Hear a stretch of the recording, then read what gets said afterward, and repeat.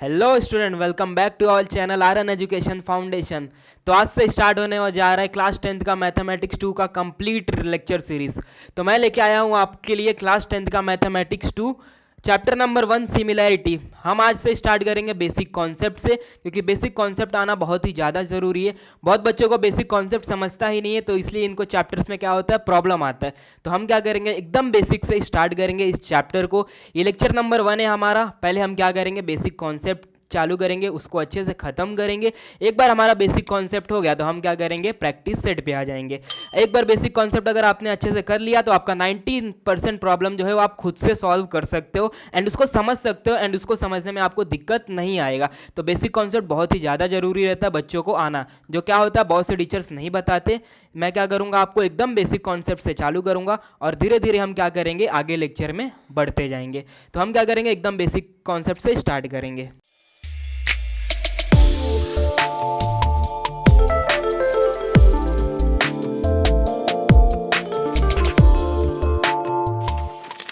Basic concept में सबसे पहले हम पढ़ेंगे representation of ratio. Representation of ratio, ratio chapter आपने लोअर ग्रेड में पढ़ा है, बट उसको रिप्रेजेंट कैसे करते हैं वो हम एक बार देख लेते हैं। जैसे यहाँ पे लिखा है ए रेशियो बी, ये रेशियो का सिंबल है। इसको हम लोग रीड करते हैं ए रेस टू बी। इसको हम लोग क्या रीड करते हैं, ए रेस टू बी। बट इसको अगर मैं डिवीजन फॉर्म में रिप्रेजेंट करना चाहूँ, अगर मैं इसको डिवीजन फॉर्म में रिप्रेजेंट करना चाहूँ तो कैसे करूँगा। अगर आप यहाँ पे ध्यान से देखोगे तो पहले क्या लिखा है, रेशियो के पहले ए लिखा है, फिर बाद में बी लिखा है। तो जो रेशियो के पहले लिखा है उसको आप क्या करो, न्यूमरेटर में रखो, एंड जो रेशियो के बाद में लिखा है उसको क्या करो, आप डिनोमिनेटर में लिखो, एंड दोनों को क्या करो, डिवीजन फॉर्म में लिखो। हमें यहाँ पे क्या दिया, ए रेशियो बी। तो हम क्या करेंगे, ए रेशियो के पहले दिया है तो हम उसको न्यूमरेटर में रखेंगे, बी रेशियो के बाद में दिया है तो हम उसको क्या करेंगे, डिनोमिनेटर में रखेंगे। रेशियो को हम लोग डिवीजन फॉर्म में रिप्रेजेंट कर सकते हैं।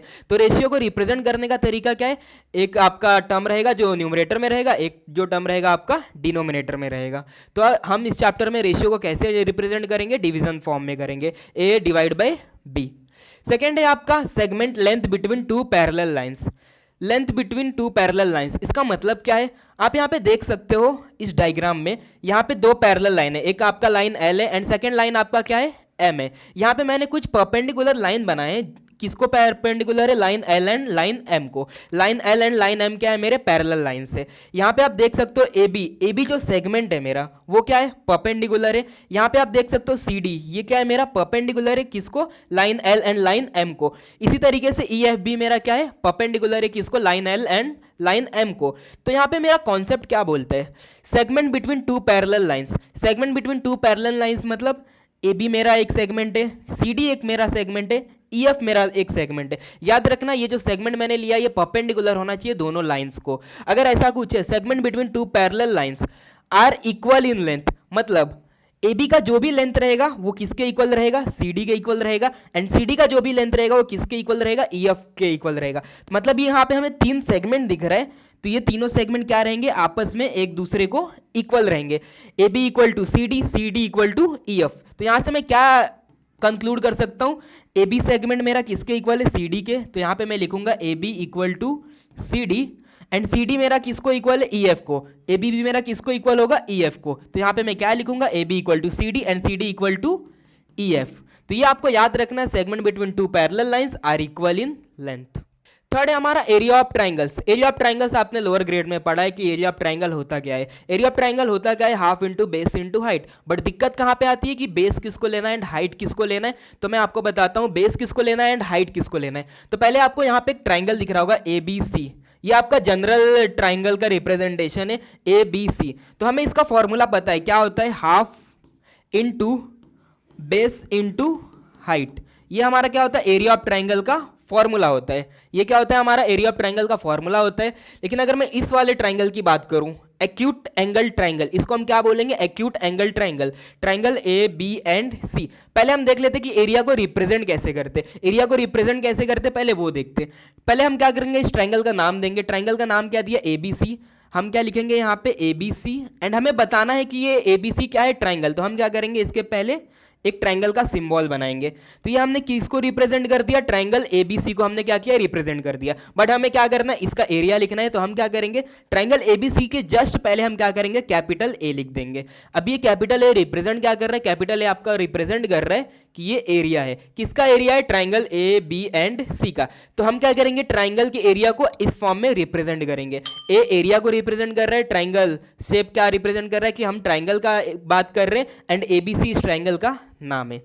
अगर मैं बात करूं यहाँ पे, तो मैं बात करूं यहाँ पे जो हमारा हाफ है वो क्या है, कांस्टेंट है। बट अगर मैं बेस की बात करूं और हाइट की बात करूं, तो बेस किसको लेना है एंड हाइट किसको लेना है, तो मैं यहाँ पे बताता हूं। आप जिसे भी बेस लो, जैसे यहाँ पे मैं बीसी को बेस लेने वाला हूं, तो हाइट किसको लेंगे, हाइट में आपको प्रॉब्लम होगा। हाइट की अगर मैं बात करूं तो हमें एक ए बी दिख रहा है हाइट, एंड हमें ए सी दिख रहा है हाइट, बट हम उससे हाइट नहीं ले सकते, क्यों, क्योंकि वो स्लांट है। स्लांट का मतलब होता है टेढ़ी लाइन। हाइट हमेशा किसको लेंगे हम, परपेंडिकुलर लाइन को। किसको परपेंडिकुलर होना चाहिए, बेस को होना चाहिए परपेंडिकुलर। तो अगर मैं बीसी को बेस लेता हूं, तो यहां पे मैं क्या लिखूंगा, बीसी, जिसको मैंने क्या किया, बेस लिया। तो बीसी के हम लोग अपोजिट वर्टेक्स को देखेंगे। हम क्या करेंगे, बेस के अपोजिट वर्टेक्स को देखेंगे। यहाँ पे अगर आप ध्यान से देखोगे तो बीसी का अपोजिट वर्टेक्स क्या दिख रहा है हमें, बीसी का जो अपोजिट वर्टेक्स है वो क्या दिख रहा है हमें, ए दिख रहा है। तो ए से हम क्या करेंगे, एक परपेंडिकुलर लाइन ड्रॉ करेंगे। किसकी तरफ हम ड्रॉ करेंगे परपेंडिकुलर लाइन, बेस की तरफ। तो हम क्या करेंगे, एक परपेंडिकुलर लाइन ड्रॉ करेंगे, किसकी तरफ, बेस की तरफ। हमें क्या दिख रहा है, परपेंडिकुलर लाइन एडी दिख रहा है। तो हम हाइट किसको लेंगे, एक परपेंडिकुलर लाइन जो क्या रहेगा, बेस को परपेंडिकुलर रहेगा। तो हाइट हमेशा किसको लेंगे हम, एक परपेंडिकुलर लाइन को। किसको परपेंडिकुलर रहेगा, वो परपेंडिकुलर टू बेस। तो यहां पे हम हाइट किसको लेंगे, एडी को लेंगे। तो यहां पे हमारा हाइट क्या बन जाएगा, ए डी। एंड रिप्रेजेंट कैसे करते हैं, ट्राइंगल एबीसी, एंड उसके आगे हम क्या लगा देंगे, कैपिटल ए। सेकेंड टाइप का ट्राइंगल है हमारा right angle triangle. Right angle triangle में हमें कोई प्रॉब्लम नहीं होती है, क्योंकि हमें एक परपेंडिकुलर दिखता है। हम उसको क्या कर सकते हैं, हाइट ले सकते हैं। यहाँ पे अगर मैं ध्यान से देखूं तो मैं एरिया को रिप्रेजेंट कैसे करूंगा, कैपिटल ए। यहाँ पे मैं बनाऊंगा ट्राइंगल, एंड ट्राइंगल का नाम क्या है यहाँ पे, पी क्यू आर। एंड इसका फॉर्मूला कितना होता है, half into base into height. Base किसको लेंगे हम, क्यू आर को लेंगे। बेस हम किसको लेंगे, क्यू आर को लेंगे। एंड हाइट लेने के लिए क्या करेंगे, क्यू आर के हम जस्ट अपोजिट वाले वर्टेक्स को देखेंगे। अपोजिट वाला वर्टेक्स आपको दिख रहा है पी है। पी से हम क्या करेंगे, एक परपेंडिकुलर लाइन बनाएंगे, किसकी तरफ, बेस की तरफ। तो अब पी क्यू हमें एक ऑलरेडी परपेंडिकुलर लाइन दिख रहा है, तो हम हाइट किसको ले लेंगे, पी क्यू को ले लेंगे। एंड थर्ड टाइप का हमारा ट्राइंगल है obtuse angle triangle. Obtuse angle triangle, क्योंकि यहाँ पे आपको एक एंगल दिख रहा है Y. Triangle X Y Z में आपको एक एंगल दिख रहा है, एंगल वाई। उसका एंगल कितना है, वो ग्रेटर देन 90 डिग्री है। एंगल वाई जो है वो क्या है आपका, ग्रेटर देन 90 डिग्री। तो इस टाइप के ट्राइंगल को हम क्या बोलते हैं, ऑब्ट्यूस एंगल ट्राइंगल। अब बात करते हैं कि हमें इसका एरिया कैसे लेना है। तो हम क्या करेंगे, area of triangle X Y and Z. हम क्या लिखेंगे, triangle X Y and Z. तो इसका फॉर्मूला होगा half into base into height. Base किसको लेंगे हम, बेस हमें दिख रहा है, हमें किसको लेना है, वाई जेड को लेना है। तो हम क्या करेंगे, बेस वाई जेड को ले लेंगे। वाई जेड के हम लोग अपोजिट वर्टेक्स को देखेंगे, एक्स दिख रहा है हमें। एक्स से हम क्या करेंगे, एक परपेंडिकुलर लाइन बनाएंगे। वो परपेंडिकुलर लाइन बनाने के बाद ये मीट नहीं करेगा वाई जेड को, बट हमें क्या करना पड़ेगा, वाई जेड को पीछे की तरफ एक्सटेंड करेंगे, तो हमें एक पॉइंट मिलेगा जहां पे ये दोनों लेंथ क्या करेंगे, मीट करेंगे। वो पॉइंट क्या है दिख रहा है हमें, W। तो हमें यहाँ पे हाइट किसको लेना है, हमें हाइट लेना है यहाँ पे x and W, but base किसको लेना है हमें, y एंड z को। हाइट हमें किसको लेना है, x एंड y को। तो यहाँ पे हमने सारे टाइप के ट्राइंगल्स को देख लिया, एंड उसके एरिया कैसे लेना है, एंड उसके बेस कैसे लेना है, एंड उसके हाइट कैसे हमें डिसाइड करना है, वो हमने यहाँ पे देख लिया। हम बढ़ते हैं अपने अगले कॉन्सेप्ट की तरफ। तो आपने लोअर ग्रेड में ऑलरेडी पढ़ के रखा है, आपने क्लास 9th में पढ़ा है कि parallel line and their transversal.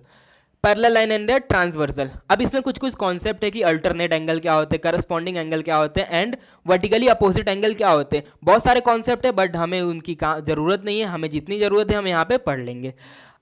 आपको यहाँ पे दो पैरेलल लाइन दिख रहा होगा, line L and line M. एक हमें लाइन पी भी दिख रहा है, लाइन हमें क्या दिख रहा है, पी भी दिख रहा है। तो लाइन पी क्या है हमारा, ट्रांसवर्सल। ट्रांसवर्सल हमें कैसे पता चलता है, दो पैरेलल लाइन को कट करने वाली जो लाइन होती है वो हमारी क्या होती है, ट्रांसवर्सल होती है। तो हमें यहाँ पे दिख रहा है कि parallel line L and M को कौन सी लाइन कट कर रही है, वो लाइन है पी। तो हमें दिख रहा है कि पी हमारा क्या है यहाँ पे, ट्रांसवर्सल। तो ये पी क्या है हमारा यहाँ पे, ट्रांसवर्सल है। एंड एल एम क्या है मेरे, दोनों पैरेलल लाइन है। तो हमारा कॉन्सेप्ट क्या बनता है, ऑल्टरनेट एंगल क्या होता है। ऑल्टरनेट एंगल आप देखोगे तो मैंने किससे रिप्रेजेंट किया है, जेड से रिप्रेजेंट किया है। अब alternate angle, corresponding angle and vertically opposite angle, दो पेयर ऑफ एंगल की हम बात करते हैं। तो ऑल्टरनेट एंगल की मैं बात करूं तो आपको जेड से याद रखना है। जेड शेप में कौन कौन से एंगल लेना है, तो जेड शेप में ये दोनों कॉर्नर वाले एंगल लेने। तो ये अगर मैं जेड शेप इस डायग्राम में ढूंढूं, अगर मैं इस जेड शेप को इस डायग्राम में ढूंढूं तो आपको कौन कौन से एंगल दिखाई दे रहे, आपको दिख रहा है यहाँ पे आपका एक जेड बन रहा है, यहाँ पे आपका एक जेड बन रहा है, क्या, P U V and S. तो यहाँ पे अगर एक z बन रहा है तो हमें कौन कौन से एंगल लेने, ये दोनों कॉर्नर वाले एंगल लेने। तो यहाँ पे मुझे कौन से एंगल लेने पड़ेंगे, P U and V, and दूसरा एंगल हमें क्या लेना पड़ेगा, यू वी एस। तो मैं बात करूं ऑल्टरनेट एंगल की, तो ऑल्टरनेट एंगल क्या है, या इस डायग्राम की मैं बात करूं तो पी यू वी, तो यहाँ पे मैं लिखूंगा पी यू वी। एंड दूसरा ऑल्टरनेट एंगल की मैं बात करूं तो क्या है, यू वी एंड एस, तो यहाँ पे लिखूंगा मैं angle U V and S, तो एंगल यू वी एस। दो अल्टरनेट एंगल पेयर में जब भी मिलेंगे आपको, वो दोनों कैसे रहेंगे, दोनों एक दूसरे के इक्वल रहेंगे। जेड आपका जरूरी नहीं है कि यही शेप में बने, जेड आपका उल्टा भी बन सकता है, जेड आपका उल्टा भी बन सकता है, जेड आपका ऐसे भी बन सकता है, एंड जेड आपका ऐसे भी बन सकता है। तो जेड जरूरी नहीं है कि आपका सीधा ही बने। अगर मैं इस शेप की बात करूं तो आपके ये दोनों ऑल्टरनेट एंगल होंगे, इस शेप में बात करूं तो ये दोनों एंगल आपके ऑल्टरनेट एंगल होंगे। अगर मैं इस शेप की बात करूं तो ये दोनों आपके क्या होंगे, ऑल्टरनेट एंगल होंगे। तो अगर मैं इस डायग्राम में और भी बात करूं तो आपको दिख रहा है Q U V and R भी आपके क्या है, ऑल्टरनेट एंगल बनाएंगे।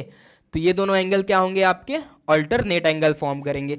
सिमिलर तरीके से ये दोनों एंगल भी आपके क्या फॉर्म कर रहे हैं, ऑल्टरनेट एंगल फॉर्म कर रहे हैं। लेकिन अगर मैं बात करूं करस्पॉन्डिंग एंगल की, तो करस्पॉन्डिंग एंगल में आपका क्या बनेगा शेप, करस्पॉन्डिंग एंगल में आपका शेप बनेगा एफ बनेगा। तो एफ की मैं बात करूं तो एफ आपका ऐसे भी हो सकता है, एफ आपका उल्टा भी हो सकता है, एफ आपका वर्टिकल डायरेक्शन में भी हो सकता है, एफ आपका हॉरिजॉन्टल में भी हो सकता है। तो इतने तरीके से एफ क्या कर सकते हैं, हम बना सकते हैं। तो एफ में आप देख रहे हो कौन कौन से एंगल है, एक तो ये कॉर्नर वाला और एक तो ये कॉर्नर वाला। तो इन सिमिलर वे इस ट्राइंगल की, इस एफ की मैं बात करूं तो यहाँ पे आपको दो एंगल दिख रहे हैं, ये दोनों करस्पॉन्डिंग एंगल होंगे।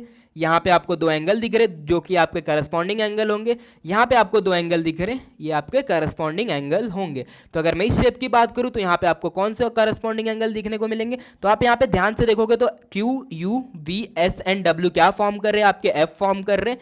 तो यहाँ पे आपके करस्पॉन्डिंग एंगल क्या होंगे, यहाँ पे अगर मैं एफ को बनाऊं, एफ को बनाऊंगा तो ये हमें क्या दिख रहा है, लाइन के जस्ट नीचे वाला एंगल एंड सेकंड लाइन के जस्ट नीचे वाला एंगल। तो ये एफ बन रहा है हमारा यहाँ पे, तो angle U and angle V. अगर ये दोनों एंगल की मैं बात करूं, अगर मैं ये दोनों एंगल की बात करूं तो यहाँ पे हमें क्या दिख रहा है, दो एंगल जो है करस्पॉन्डिंग एंगल है। तो अगर मैं नाम लिखना चाहूँ तो क्या लिखूंगा, Q U V, angle Q U and V, and second angle हमें क्या दिख रहा है, S V and W, angle S V and W. ये दोनों क्या है, मेरे करस्पॉन्डिंग एंगल के पेयर है। एंड करस्पॉन्डिंग एंगल क्या होते हैं, एक दूसरे के इक्वल होते हैं, ये आपको याद रखना है। थर्ड टाइप का एंगल है आपका vertically opposite angle. Vertically opposite angle की मैं बात करूं तो आपका एक्स बनेगा। एक्स आपका इस टाइप में भी हो सकता है, ये दोनों एंगल एक दूसरे को इक्वल होंगे, ये दोनों एंगल एक दूसरे के इक्वल होंगे। ये आपने लोअर ग्रेड में पढ़ा है तो हम फटाफट इसको कर लेंगे। तो यहाँ पे अगर मैं बात करूँ तो यहाँ पे एक्स हमें कहाँ पे बनता हुआ दिख रहा है, हमें एक्स जो है हमें यहाँ पे बनता हुआ दिख रहा है। तो ये जो एंगल है एंड ये जो एंगल है, ये दोनों क्या है, आपस में एक्स बना रहे, एंड दोनों क्या है, वर्टिकली अपोजिट साइड में। तो ये दोनों एंगल क्या होंगे, एक दूसरे के इक्वल होंगे। अगर मैं नेमिंग देना चाहूँ तो क्या लिखूंगा, you V S, angle U V S. And second angle की बात करूँ तो सेकेंड एंगल क्या दिख रहा है आपको, R V and W, angle R V and W. Vertically opposite angle क्या होते हैं, एक दूसरे के इक्वल होते हैं। तो ये दोनों एंगल भी क्या होंगे, आपके इक्वल होंगे। तो इस डायग्राम में आपके बहुत सारे ऑल्टरनेट एंगल है, बहुत सारे करस्पॉन्डिंग एंगल भी, एंड बहुत सारे वर्टिकली अपोजिट एंगल है। मैंने एक एक एग्जांपल दे दिया है, एंड किस किस फॉर्म में हो सकते हैं मैंने वो भी आपको बता दिया है। तो आगे बढ़ते हैं हम लोग। चैप्टर का नाम है सिमिलैरिटी। सिमिलैरिटी समझने से पहले हमें क्या करना पड़ेगा, उसका नाम का मतलब समझना पड़ेगा। उसके नाम के भी मतलब को समझने से पहले हमें क्या समझना पड़ेगा, कॉन्ग्रुएंट क्या होता है। जब भी हम सिमिलैरिटी की बात करते हैं तो हम किसकी बात करेंगे, ट्राइंगल की बात करेंगे। हम किसकी बात करने वाले हैं, ट्राइंगल शेप की बात करने वाले। तो सिमिलैरिटी हमें समझने से पहले हमें क्या करना पड़ेगा, कॉन्ग्रुएंट ट्राइंगल क्या होता है एंड सिमिलर ट्राइंगल क्या होता है, उसके बाद हम क्या समझेंगे, सिमिलैरिटी क्या होता है। तो लोअर ग्रेड में आपने पढ़ा रहेगा कि कॉन्ग्रुएंट ट्राइंगल होता क्या है। दो सिमिलर टाइप के ट्राइंगल जो दोनों एक दूसरे को क्या होंगे, इक्वल होंगे, उनके लेंथ भी इक्वल रहेंगे एंड इनके एंगल्स भी इक्वल रहेंगे। तो आपको दो ट्राइंगल दिख रहे हैं A B C, and second triangle आपको दिख रहा है x Y and Z.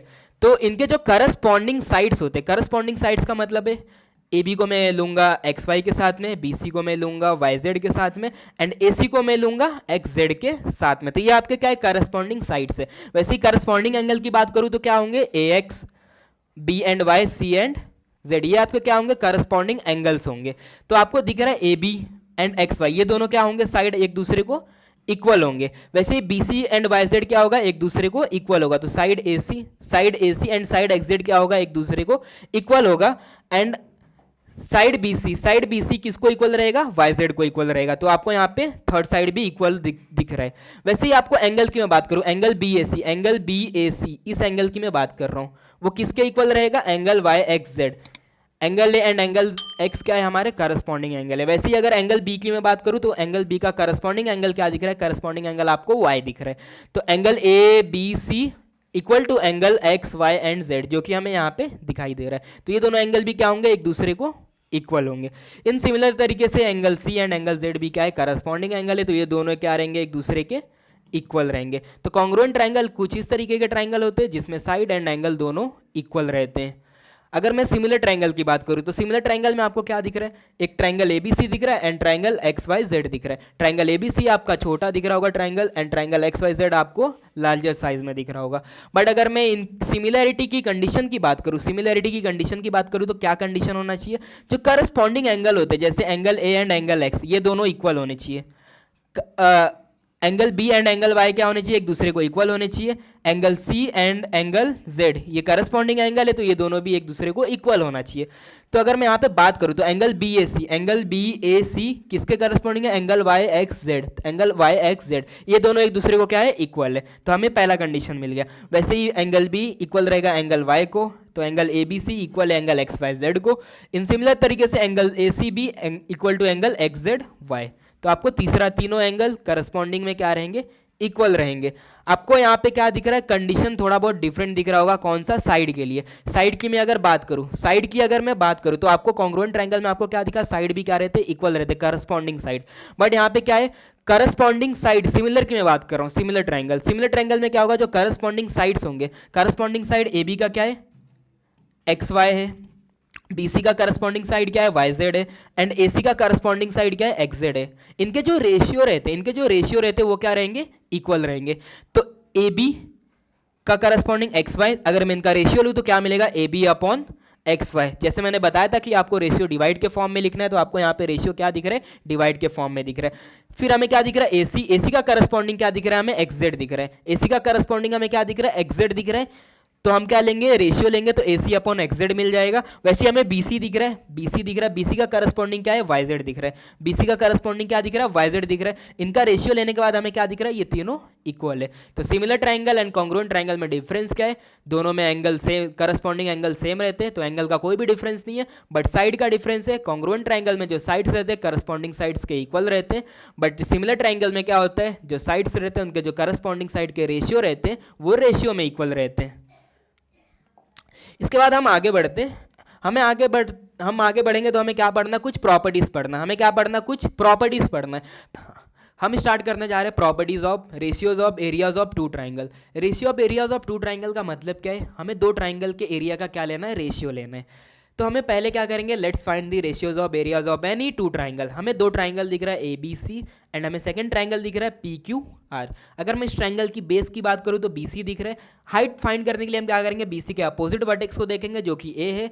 A से हम क्या करेंगे, परपेंडिकुलर लाइन बनाएंगे, किसकी तरफ, बेस की तरफ।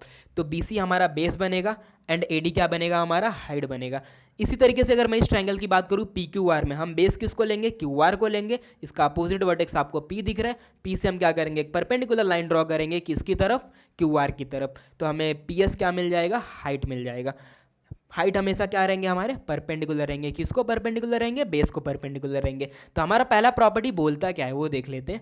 In triangle ABC AD is the height, हमने मान लिया AD इज दी हाइट, हमें दिख भी रहा है। And BC is the base, BC हमें बेस भी दिख रहा है। इन सिमिलर तरीके से हमें क्या दिख रहा है, PQR, ट्राइंगल PQR, PS हमें हाइट दिख रहा है एंड QR हमें बेस दिख रहा है। हमने क्या किया, दोनों का एरिया लिया। अब एरिया कैसे लेते हैं हमें पता है, पहले हम कैपिटल A लिखते हैं, फिर ट्राइंगल का शेप बनाते हैं, फिर ABC लिखते हैं। तो ये क्या रिप्रेजेंट करता है, area of triangle AB and C। तो एरिया ऑफ ट्राइंगल ABC क्या मिलेगा हमें, हाफ इंटू बेस। बेस हमने किसको लिया, BC को लिया है, एंड हाइट हमने किसको लिया है, AD को लिया है। हमें क्या लेना था, रेशियो लेना था। रेशियो लेना था तो हमने क्या किया, यहाँ पे डिवाइड का सिंबल लगाया। अब नीचे किसका एरिया लेंगे हम, ट्राइंगल PQ एंड R का। ट्राइंगल PQR का एरिया हमने रिप्रेजेंट कर दिया, half into base into height. Base क्या है ट्राइंगल PQR के लिए, QR है, एंड हाइट क्या है, PS है। तो हमने लिख दिया QR एंड PS। तो ये हाफ एंड हाफ क्या हो जाएंगे हमारे, कैंसिल हो जाएंगे, हाफ एंड हाफ हमारे क्या होंगे, कैंसिल हो जाएंगे, बचेगा क्या, base into height, base into height, base into height, base into height, दोनों ट्राइंगल के। तो यहाँ से हमारी पहली जो प्रॉपर्टी निकल के आती है, जो हमारी पहली प्रॉपर्टी निकल के आती है वो क्या है, the ratio of areas of two triangle. Ratio का मतलब होता है divide areas of two triangles. तो यहाँ पे हमने किसका रेशियो लिया, areas of two triangle is equal to the, मतलब वो इक्वल है, किसको इक्वल है, ratios of the product. Product का मतलब आपको कहीं भी अगर मैथमेटिक्स में दिखा तो उसका मतलब होता है मल्टीप्लीकेशन। प्रोडक्ट आपको कहीं भी मैथमेटिक्स में दिखा तो उसका मतलब क्या होता है, मल्टीप्लीकेशन होता है। प्रोडक्ट का मतलब मल्टीप्लीकेशन। तो हमें यहाँ पे किसका मल्टीप्लीकेशन दिख रहा है, हमें प्रोडक्ट दिख रहा है, their bases and their corresponding height. हमें किसका मल्टीप्लीकेशन दिख रहा है, इन दोनों ट्राइंगल के बेस का एंड उनके हाइट का। तो ये हमारी पहली प्रॉपर्टी है। पहली प्रॉपर्टी क्या है, the ratios of the area of two triangles is equal to the ratio of the products of their bases and corresponding heights. तो ये हमारी पहली प्रॉपर्टी थी। तो आगे जो आने वाली प्रॉपर्टी वो इसी प्रॉपर्टी के ऊपर बेस रहेगी, बस थोड़ा बहुत डिफरेंस करना है, मतलब हमें इसी को मॉडिफाई करना है। तो बढ़ते हैं हम सेकंड प्रॉपर्टी की तरफ। सेकंड प्रॉपर्टी की अगर मैं बात करूं, ये सेकंड प्रॉपर्टी है हमारी। सेकंड प्रॉपर्टी में हमें क्या दिख रहा है, if the heights of both triangles are equal. हमने अभी क्या देखा था, ratio of areas of two triangle किसके इक्वल होता है, वो होता है product of their height and corresponding base के। अगर मैं मान लूँ दोनों ट्राइंगल के जो हाइट्स हैं वो क्या हो जाए, अगर इक्वल हो जाए, दोनों ट्राइंगल्स के हाइट्स जो हैं वो क्या हो, इक्वल हो जाए, तो क्या देखने को मिलेगा हमें यहाँ पे मैंने हाइट h ले लिया ट्राइंगल ए बी सी के लिए, एंड यहाँ पे ट्राइंगल पी क्यू आर के लिए मैंने हाइट के लिए क्या ले लिया, मैंने h ले लिया। तो हमें रिप्रेजेंट कैसे करना है एरिया, वो हमने रिप्रेजेंट कर लिया एंड उसका रेशियो ले लिया। BC इंटू हाइट, BC है इस ट्राइंगल के लिए क्या है हमारा, बेस है, एंड हाइट क्या है हमारा, AD है। AD को हमने किससे रिप्रेजेंट किया है, हमने रिप्रेजेंट किया है H से। एंड सेकंड ट्राइंगल की अगर मैं बात करूँ तो बेस क्या दिख रहा है आपको, QR दिख रहा है, एंड हाइट क्या दिख रहा है, H दिख रहा है। क्या होगा यहाँ पे, H और H कैंसिल हो जाएगा, बचेगा क्या, BC अपॉन QR। तो यहाँ पे किसका रेशियो दिख रहा है आपको, दोनों ट्राइंगल के बेस का। तो यहाँ से हमारी जो प्रॉपर्टी निकल के आती है वो कौन सी प्रॉपर्टी है, the ratio of the areas of two triangle with equal height. जब हाइट इक्वल हो जाए तब क्या कंडीशन में चेंज आएगा, किसके इक्वल रहेगा, the ratio of their corresponding bases. किसके इक्वल रहेगा, ratio of their corresponding bases, मतलब BC अपॉन QR होगा। तो सेकंड प्रॉपर्टी हमारी क्या है, if the base of both triangles are equal. Both triangle का अगर बेस इक्वल हो जाए, बोथ ट्राइंगल का बेस इक्वल हो जाए, मतलब ACB हमें पहला ट्राइंगल दिख रहा है, सेकंड ट्राइंगल हमें क्या दिख रहा है, AP एंड B। दोनों ट्राइंगल की बेस की अगर मैं बात करूं तो दोनों ट्राइंगल का बेस क्या दिख रहा है, हमें AB दिख रहा है। बट अगर मैं हाइट की बात करूं तो ट्राइंगल ACB की हाइट हमें H1 दिख रहा है, एंड ट्राइंगल APB की हाइट हमें क्या दिख रहा है, H2 दिख रहा है। तो मैंने क्या लिखा है, उन दोनों का रेशियो लिया है। दोनों रेशियो किसके इक्वल रहते हैं, product of there basis and corresponding Heights के इक्वल रहते हैं। दोनों का बेस इक्वल है तो AB क्या हो जाएगा, मेरा कैंसिल हो जाएगा। मैंने पहले ट्राइंगल के हाइट को H1 से रिप्रेजेंट किया एंड सेकंड ट्राइंगल के हाइट को H2 से रिप्रेजेंट किया है, तो H1 अपॉन H2 मिलेगा। तो दोनों ट्राइंगल के रेशियो लेते हैं, जब उनके एरिया का रेशियो लेते हैं, अगर बेस इक्वल रहे तो वो किसके इक्वल आता है, रेशियो ऑफ देयर हाइट्स। तो यहाँ से आपकी थर्ड प्रॉपर्टी क्या निकल के आती है, the ratio of the areas of two triangles with equal base. अगर बेस आपका अगर इक्वल हो जाए तो वो किसके इक्वल रहेगा, ratio of their corresponding Heights के। सिमिलर तरीके से हमने किसका देखा था, सिमिलर तरीके से हमने क्या देखा था, अगर हाइट इक्वल हो जाए तो रेशियो किसके इक्वल आता है, दोनों ट्राइंगल के बेस के इक्वल आता है। एंड अगर बेस इक्वल हो जाए तो हाइट किसके, एरिया किसके इक्वल आता है, दोनों के हाइट के इक्वल आता है। थर्ड प्रॉपर्टी में हमें क्या देखना है, थर्ड प्रॉपर्टी में हमें देखना है अगर हाइट एंड बेस दोनों इक्वल हो जाए दोनों ट्राइंगल के लिए। थर्ड प्रॉपर्टी में हमें क्या देखना, अगर हाइट एंड बेस दोनों इक्वल हो जाए दोनों ट्राइंगल के लिए। हमें यहाँ पे दो ट्राइंगल दिख रहे हैं, ADC एंड BAC। हमें दो ट्राइंगल दिख रहा है, BDC एंड BAC। अगर मैं हाइट की बात करूँ तो BAC ट्राइंगल के लिए हाइट हमें H दिख रहा है, सेकंड ट्राइंगल के लिए BDC दिख रहा है, उसका हाइट हमें क्या दिख रहा है, H दिख रहा है। दोनों की बेस क्या है, BC है। एंड AE जो हाइट है किसका, BAC को, उसको मैंने किससे रिप्रेजेंट किया, H से रिप्रेजेंट किया। एंड BDC इसकी हाइट की मैं बात करूं तो मैंने उसको किससे रिप्रेजेंट किया, H से, मतलब दोनों का लेंथ क्या है, इक्वल है। एंड दोनों की बेस की मैं बात करूं तो आपको BC दिख रहा है, BC भी क्या है, दोनों ट्राइंगल के लिए बेस है, तो वो दोनों क्या है, इक्वल रहेंगे। तो वैसे ही मैंने क्या किया, यहाँ पे ratios of areas of two triangle लिया। पहला ट्राइंगल आपको ABC दिख रहा है, सेकंड ट्राइंगल आपको DBC दिख रहा है। दोनों का बेस इक्वल है, BC तो ये BC क्या हो जाएगा आपका, कैंसिल हो जाएगा। दोनों के जो हाइट का लेंथ है वो भी इक्वल है, ये दोनों भी कैंसिल हो जाएगा। दोनों कैंसिल होने के बाद आपका क्या मिलेगा, आपको 1 मिलेगा। तो दोनों का रेशियो क्या मिलेगा, दोनों का रेशियो आपके 1 के इक्वल मिलेगा। अब क्या करेंगे, हम यहाँ पे क्रॉस मल्टीप्लीकेशन कर लेंगे। तो area of triangle ABC, area of triangle ABC किसके इक्वल आ जाएगा, एरिया ऑफ ट्राइंगल DBC सी। तो यहाँ से हमारी फोर्थ प्रॉपर्टी निकल के आती है, the areas of two triangle with equal bases and equal heights. तो जब भी आपके दो ट्राइंगल का हाइट भी इक्वल है एंड बेस भी इक्वल है तो वो क्या रहेगा, दोनों ट्राइंगल का जो एरिया रहेगा वो क्या रहेगा, इक्वल रहेगा। तो हमने यहाँ पे क्या देख लिया, हमने यहाँ पे बेसिक कॉन्सेप्ट देख लिया एंड कौन सी प्रॉपर्टी है जो चैप्टर में लगने वाली है वो भी हमने देख लिया है। तो हम नेक्स्ट लेक्चर से 1.1 स्टार्ट कर देंगे। अगर आपको इतना अच्छे से आ गया तो मतलब आपका बेसिक पूरा क्लियर हो चुका है जो भी चैप्टर नंबर 1 में लगने वाला है। अगर अभी भी आपको कुछ डाउट है इस चैप्टर में तो आप क्या करो, कमेंट सेक्शन में लिख दो, हम क्या करेंगे उसको रीड कर लेंगे। अगर उसको डाउट आपको है तो हम क्या करेंगे उसको सॉल्व करेंगे। And thank you for watching my video.